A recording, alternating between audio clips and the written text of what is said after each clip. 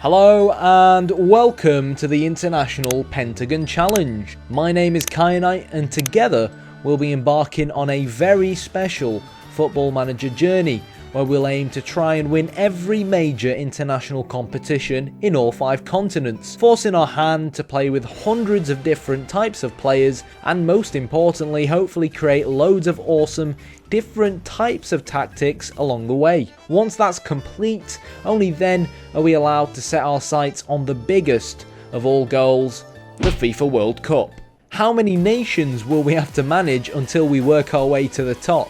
How many dodgy names will we have to pronounce along the way? So hit the like button, hit the subscribe button, and hopefully we're going to have a lot of fun along the way.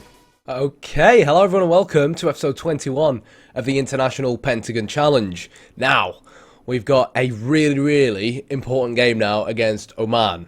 So, again, very good form-wise in 2022, and I think our form so far this year is summed up by this: woeful. But we've played against some decent opposition. We were unlucky to lose to Iraq, unlucky to lose to Uzbekistan. I guess you argue if you concede 4 goals, irregardless of the fact that the final goal was a bit of a dodgy goal to concede, it is what it is. If you're not quite sure what I'm talking about, I showed them in the last video. But now we're up against Oman. So Oman are 107th in the world. They actually lost their opening game 1-0 to Jordan. So it feels like this is a great opportunity for us to capitalise. Whilst in the world we've dropped down to 85th, which is natural given the recent losses that we've experienced. But as we know, FIFA World Ranking doesn't really mean much when it comes to these kind of big tournaments. Because obviously we took Angola. Oh, there's my phone going off. Let me keep that quiet. We took Angola to their highest ever FIFA World Ranking, like completely smashed it. And then we had one bad tournament and got the sack. So it's more about how we perform in tournaments, really. Opposition reports and all that, it looks like they're going to line up with a 4-5-1. The issue is that, like, you click on some of these players and you just don't know anything about them. You know what I mean? What I do know is that this guy's on 55 quid a week. And I know that Oman have lost. So I just want to go into this game and actually attack them. This guy's 32, and I think this guy's pretty old as well. Well, 27, okay, he's in his prime. So I don't really know what to expect. We go to information, we don't really know what type of player he is. It just says forward, you know what I mean? So we've just got to face him and hope that we do all right. In terms of the actual scouting report itself, 9 out of 24 of the goals they've recently conceded have come down the left-hand side. I don't think we really need to try and focus on that. We'll naturally play our own normal attacking game and we'll attack down that side anyways, but they've got a poor teamwork and work rate, so I think our kind of high pressing game and the energy we bring, and I thought we brought that in the previous episode against Japan, should hopefully see us start winning the midfield battles. And even though they are playing with a 4-5-1, these guys will track back and mark the wide men, so hopefully, fingers crossed, we should be alright. And I am hoping that Pak Kwang-ryong has a bit more of an easier game up against slightly worse centre-backs. In terms of lineup changes, Pak Myung-song comes in for Cho-ok-chol. Now, Cho-ok-chol gives us a lot of pace and all that, but he didn't exactly have the best game last time out. And even though Pak Myung-song isn't the fastest, I feel like we can utilise his pace maybe later on in the game if we need to start throwing more men forward. And Pak Myung-song, especially early on, gives us a bit more technically, which I think we would benefit with up against harder opposition like Oman than just a runner. And So Kyung-jin replaces, I believe it's Ri-on Chol, because he didn't exactly look at his best in the last game either. Other than that, the lineup is the exact same, so let's hope we can get all 3 points. Now, one small problem is the fact that we still have that kind of target man up front who still isn't really match fit, which isn't ideal, obviously, but there's not really much we can do about it. It looks like their back 4 is basically all regens. An 18-year-old at centre-back, a 20-year-old at centre-back. We saw this guy early on, 20 years old at right-back, and a 20-year-old at left-back. So I'm really hoping that our experience will certainly make a difference here. I really am. It's hard to tell because I'm not really quite sure how good or how poor the players are. But, you know, we have to wait and see. So, again, this guy will be man-marking the right midfielder. This guy will be man-marking the left midfielder. Set up perfectly by default. We're going to go straight into it. Yeah, we need a positive result this game. And here we go.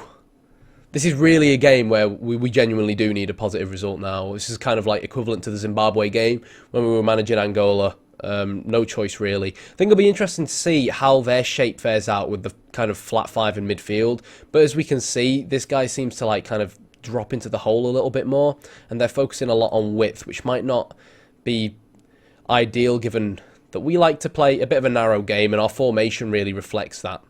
But what I'm kind of hoping is that we can get an early goal, we can transition well from defence to attack, get the ball forward towards the big man up front, and, you know, it gives us something to hold on to. Han, well, it's a bit of a poor ball, that. El Hedri picks it up on the right-hand side as we try to chase him down. Good tackle, that. We've injured one of their players. Don't kick this out of play. Keep playing. Play on. Play on. It looks like we are going to be playing on. Han now. He's going to whip the ball in. Cho Song-hyuk picks it up. Oh my god, he should have shot, and it's over the bar. Oh, he took the ball in his stride, but couldn't really finish it off. We're already, guys, forced the Omanis into making a substitution. Another young player comes on. Like, this team, this Oman team is just so inexperienced that for me, there's absolutely no excuse whatsoever for us not to win this one. Han tries to switch play to Cho Song-hyuk. The problem with Cho Song-hyuk, like C-H-O-E, I keep reading it as Chloe. I'm like, why have I got a player called Chloe? Oh, we could do with playing a bit wider here. It's getting compressed in the middle of the park, isn't it? Yeah, I think we could do with stretching the pitch a little bit more. I feel like we are the better team. Let's stretch the pitch a little bit more. We'll close them down and whatnot, but we don't necessarily have the tacklers. But now it's a 3 versus 2 situation. Don't say it's offside. Needs to finish that. And Han, mate, you've got to score that. That's why you got relegated to Serie B. Han has got to score that. And, oh, he puts it wide. What is with our finishing this year? Like, we went from last year scoring 3 or 4 goals a game and playing phenomenally to this year where we are just missing absolute sitters. Finish. Shoot. Oh, what a save. What a save. We're all over him like a rash.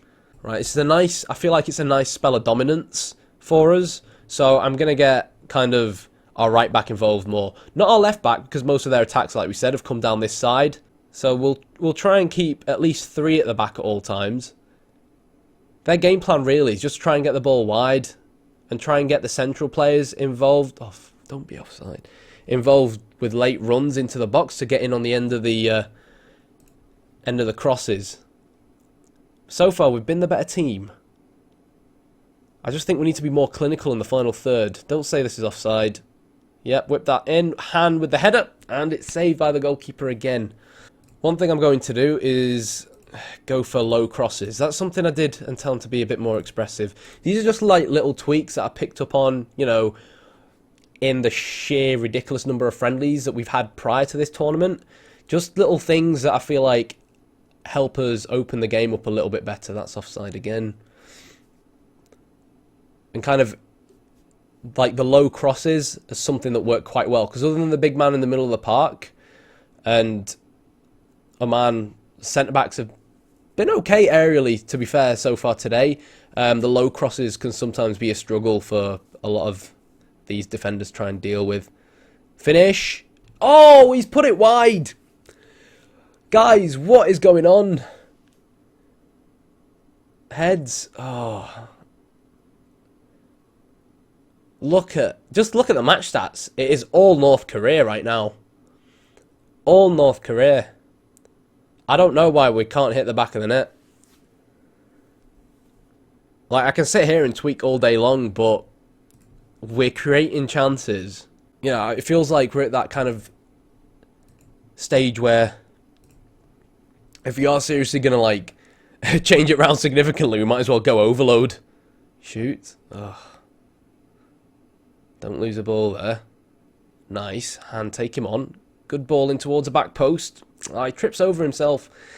That front three of Han, Choi and the target man guy was so deadly last year. And this year it's dried up a bit. It really has. Han's been alright though. He's going on a bit of a run. Kim Cook bomb. Finds Choi, who's going to shoot. And it's not the first time he goes for a bit of a shot when he could just run towards the box. Maybe it's a sign that I need to get someone who's more of a natural striker on the pitch. Wait and see. What's he going to do from here? Plays it back to So Kyung-jin. Han picks it up on the left. He's going to whip the ball in towards the big man in the middle. And it goes wide.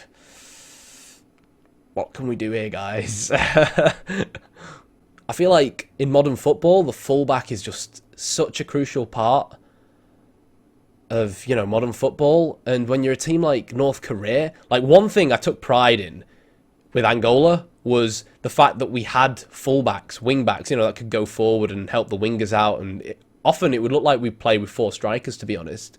And it was really nice. But with North Korea, we just don't have that. They're more like passing pivots than anything. And like, even though, oh, for God's sake. And even though this guy's on support, I'm starting to think now that this guy is causing more harm than good as a target man. So we'll make him a deep line forward on attack. So yeah, so like, even though this guy's on support, like, I know he's not the very physical one and whatnot, and the physical one will come on later on in the game, but oh, what are you doing? Because of the lack of his mental stats, it also affects his position in the fact that he's maybe just not making runs forwards when he could really do so. Nice passing now, but they've only got the one guy up front. That's a nice ball, and he's offside as well. Shoot! Oh! Oh, bloody hell. He looks in a bit of pain, doesn't he? Han wants to come off, which is a shame, because I think he's been one of our better players. Yeah, he's on a 6.9 there. So now we have to consider how we're going to actually change this game around. I guess we're going to have to wait and see whether the lads off the bench can truly make a difference. And it's tough because all these players are just so similar in terms of their ability and whatnot. I tend to just go for the faster player, to be honest. I normally like putting Kim Yu-sung on, but I've been putting him on a fair bit, and he's been somewhat ineffective. I'm going to put Cho Won on, just because, well, is Cho right only footed? Yeah. Just because he's the more athletic out of all of them, basically. It's important, like, at this point, to keep those 2 strikers as false nines as well, to ensure that they do their tracking back. If you go with too much of an attacking, like, individual player mentality, they just won't do it. What the hell is that? He is doing my head in. He's coming off now. I'm sorry, but, like, he's such a good player for his last year, and I saw signs when, like, he'd just moan during my team talks that he might end up being a bit of a troublemaker. And go on, head. Oh. And it's certainly starting to show in his performances. We've got to gamble. We need goals. We need goals. So he's going to now be fullback on attack. These guys are going to be playing further forward. Go slightly wider. And I think we can afford to freshen things up in midfield as well. Oh, we've already made 3 subs. Well, that went well, didn't it? I've gotten so used to playing in the friendlies where we can make like a gazillion subs that I forgot that we actually have limitations there. It's a shame that obviously one of our substitutions was forced through injury. Now we need to break towards... Oh, he's offside. One thing I'm going to do is he's no longer going to track back and mark. Like, I want him to, because Al-Sadi for me has caused a lot of problems. The second I say that, the other winger starts causing problems. How have we not scored yet? Bloody hell. Come on, line. Keeps it in. There's more of us than there is of them. We have to score here. Oh. See, like, this is how we play. Our defence is crap. Our midfield can barely kick a ball. It's about getting that ball forwards towards the actual decent players that we have who like can actually play football, which is the strikers, and they've not been able to deliver. They are just not delivering. We've gone from like last year where we're scoring 3-4 goals a game, even though we'd leak 1 or 2 at the back, to just, it's dry. It is dry at the moment up front. And to be fair, El Kasmi in goal has been solid. He has. He's going to start supporting now more, I think. I think he's going to start getting involved even more. We're going sweeper keeper on attack. And we're raising our defensive line even more. Are we? I mean, I don't know. It's a game we need to win. This is so reminiscent of Angola against Zimbabwe. And the issue is, like, our back four is so slow. Our back four is so slow. I mentioned, like, in the last episode that we struggled against the Arab nations. And that's because they tend to have fast players. Like, real fast players who just aren't technical at all.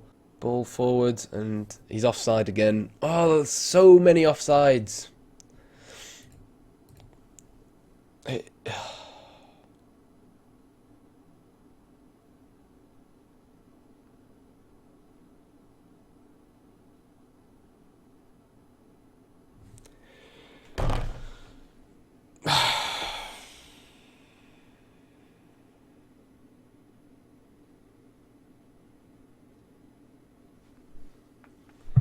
How's he put that wide? Oh! They've had one shot on target. Oh.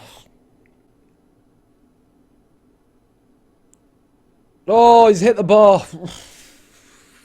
Oh, this is ridiculous. There's going to be another sacking already.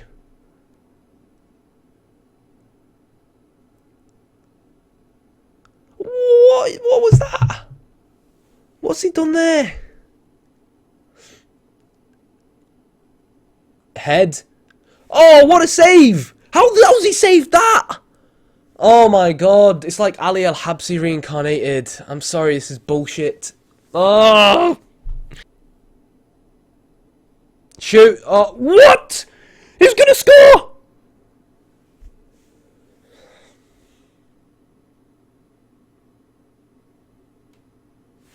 I can't really explain that. I can't.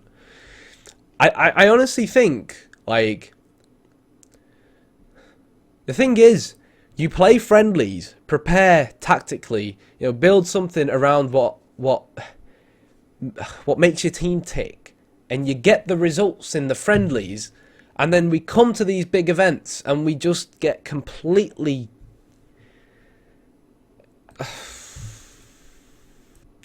honestly, if we get sacked after this tournament,